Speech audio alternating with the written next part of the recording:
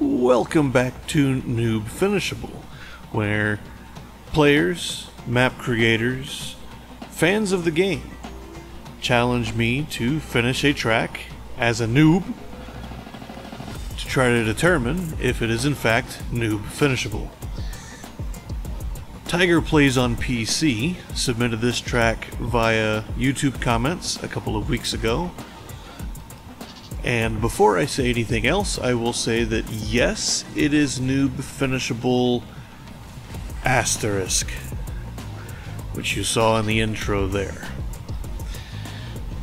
As you watch this video, I want you to think about Unity for a minute. I bring this up for a reason. As we near the end of the video, we're going to see a very interesting effect, we'll call it. From what I've seen of Tigerplaysonpc's tracks, they're seemingly experimental for the most part. I don't think Tiger has gotten around to building just a track that is just to be a track. Everything that I've seen from Tigerplaysonpc so far has been what appears to be stuff exactly like this, where there's some effect they're testing out. Quite early on, even as a noob, I noticed that that spiral did not have any checkpoints on it, which tells me that you could probably make the jump onto the piece down below, which the answer is yes, you can.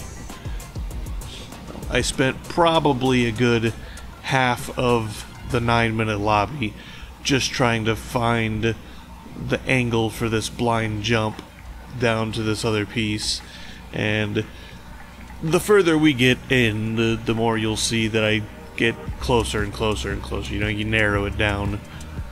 Without any kind of visual indicator on the track itself, you have to try to set the lineup prior to getting to the track piece where you're blind and jumping.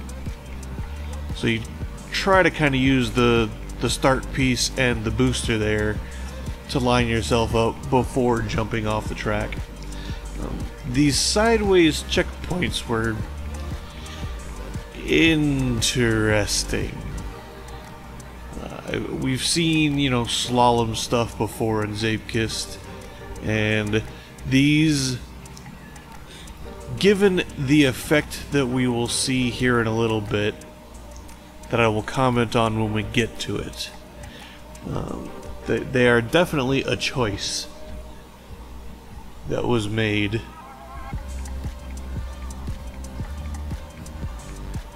I'm not entirely sure why the slowsters are scattered hither and yon across the map. Perhaps it was experimental. Perhaps Tiger will note in the comments exactly what the thought process was that went into putting multiple slowsters on the map. Wink wink, nudge nudge, perhaps.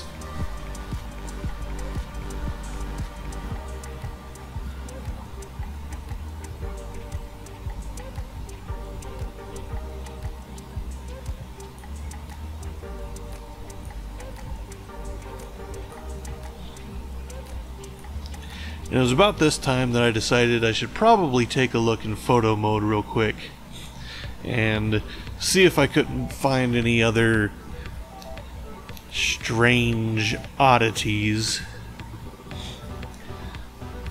like the uncheckpointed down spiral that I could, you know, potentially exploit. Again, I'm a noob. I've got about 150 hours total in-game.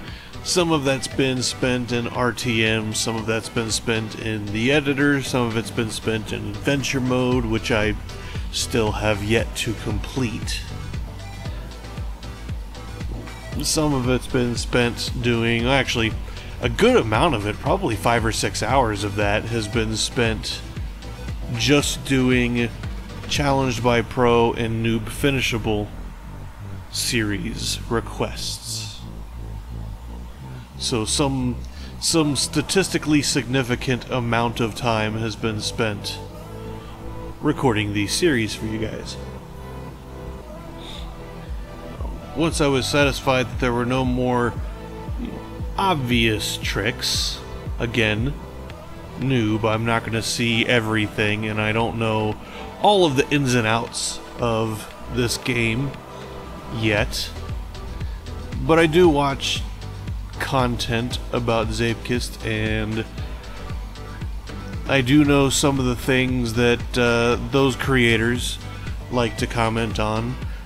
Owlplague and Lindsay come to mind, but Ronan and Arter and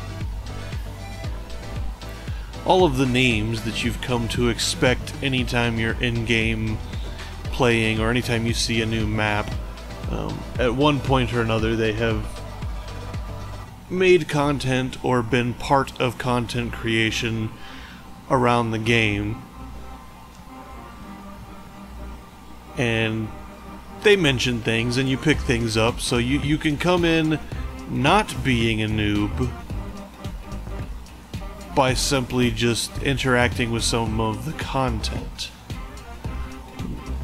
We saw there just a second ago that strange thing that I was talking about earlier on in the video,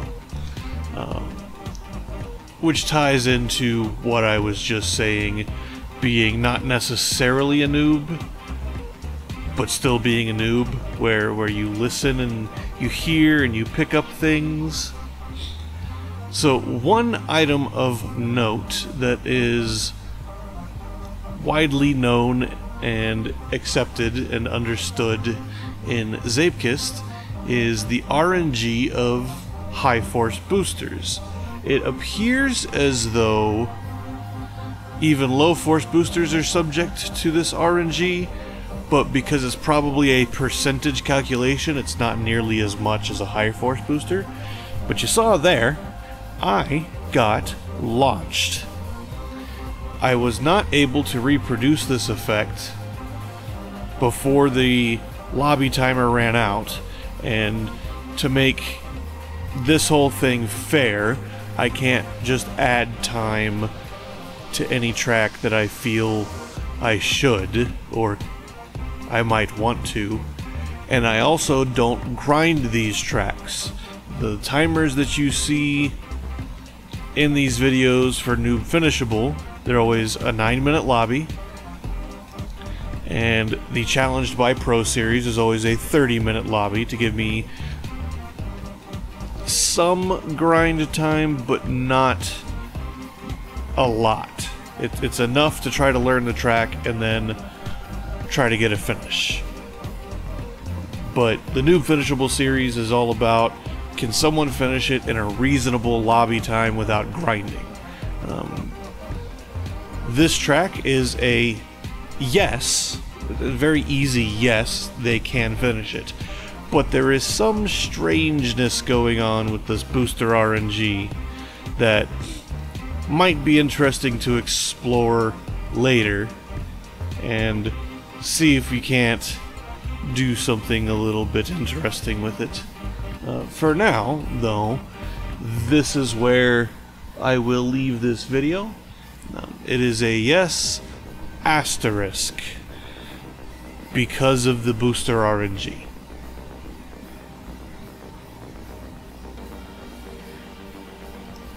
And I hope I see you guys in the next one.